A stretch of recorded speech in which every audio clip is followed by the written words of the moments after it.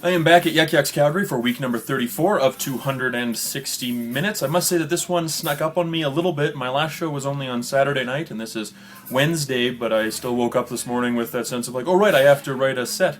Also coinciding with this, a lot of the premises that I was sort of carrying forward week to week, stuff that I didn't have time to work on, all that pool ran out today. So this is all thought up today, all brand new, well obviously, but even though the premises haven't been around that long, I haven't been playing with them very long, and that always scares me a little bit because I haven't had the time to do a proper run of the set, and as long as I'm relaxed, that's been okay, but a couple times in the past when I've been nervous about it, it hasn't gone the best, so I hope I can relax into it and maybe find some punchlines on stage just when I'm under that pressure. Two things that I really am excited about. Number one, the technology bit needs more, but I like the basic premise. Hopefully the audience agrees. And the opening about the haircut, which I got, if you can't tell, might also work well.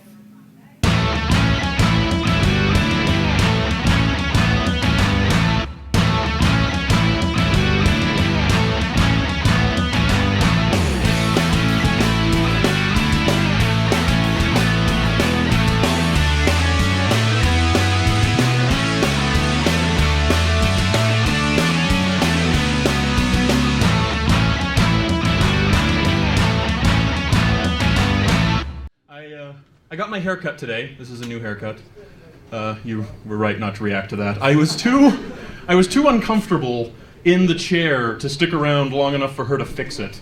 Because as I'm sitting there, she actually starts bringing up her medical history to me in like a weird way. I'm like, I'm not a doctor. I have no idea. I don't even have my first aid. Like, this was ridiculous. She's just like, oh, the nerves in my face don't work. I'm like, that's not a good thing to admit to somebody who, you have scissors flying around their head right now. Just immediately like uptight and everything, and I don't know why she wanted me to help. Like, does she think laughter's the best medicine? Because that's ridiculous. It doesn't help nerves in the face.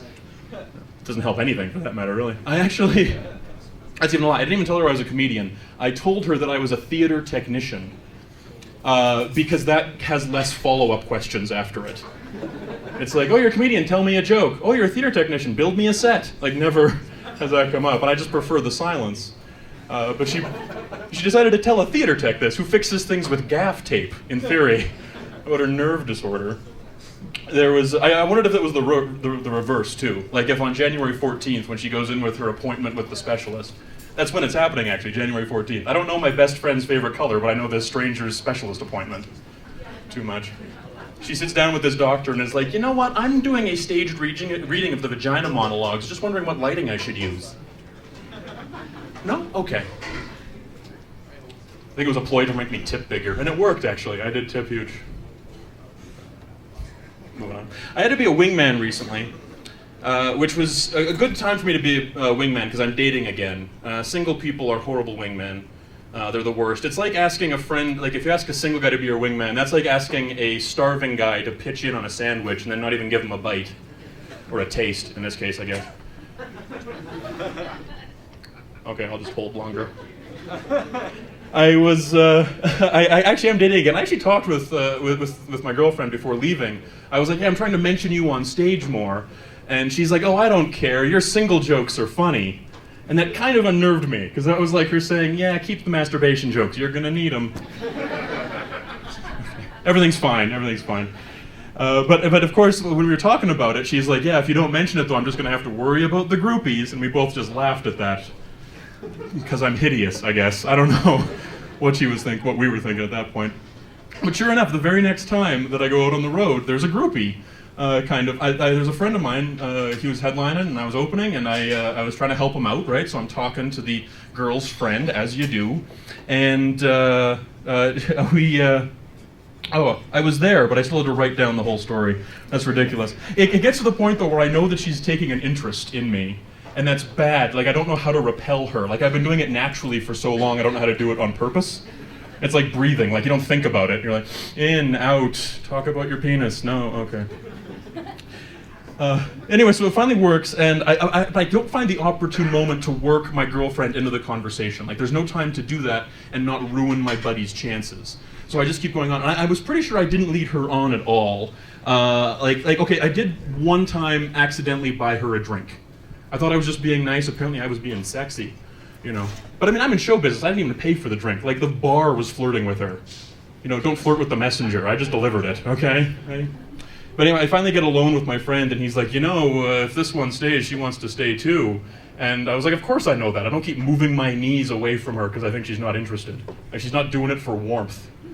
There's no transfer of heat between knee bone, I guess.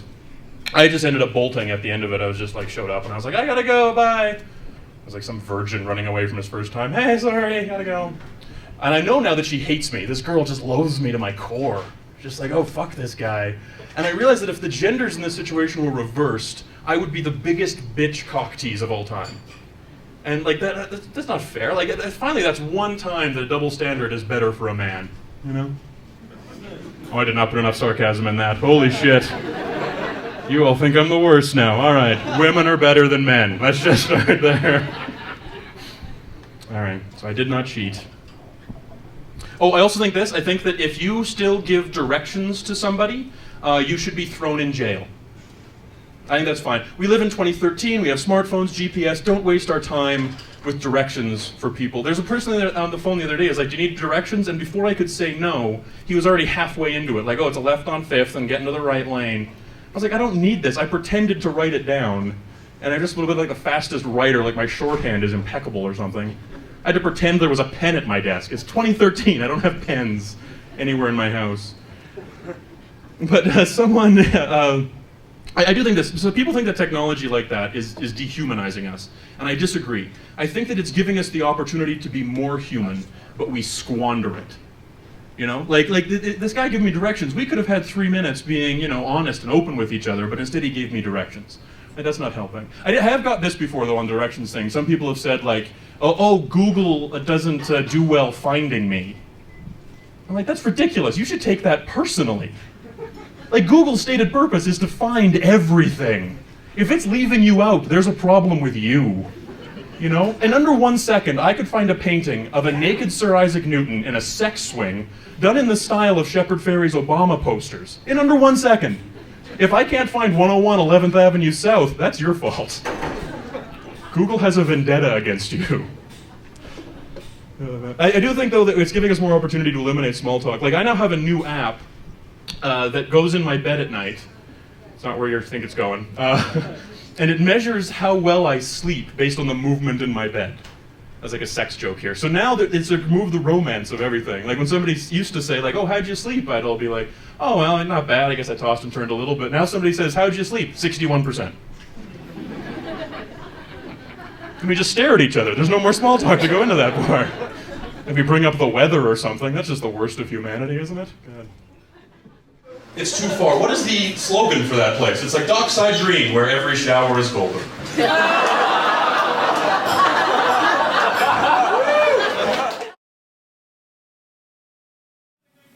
Well, pretty good week 34 of 260 minutes. Not too bad at all. I do like that technology premise. I think there are a couple beats in there that have legs. It's a bit of a smaller crowd tonight, so a little bit of a diminished response. I'm also doing it in that contest that I mentioned a couple weeks ago. I'm taking the bullet spot, but they don't really know, so it was a little bit awkward at times when they were like, that wasn't really flushed out. There wasn't like contest material, but it still happened. I do like the technology thing. The haircut thing didn't go great. I had better hopes for that, but it didn't really go that well. And what was in the middle there? Oh, the wingman stuff also went okay. The punch at the end was all right, actually, of like not being sarcastic enough. I wonder if I can contrive that again. We'll have to see.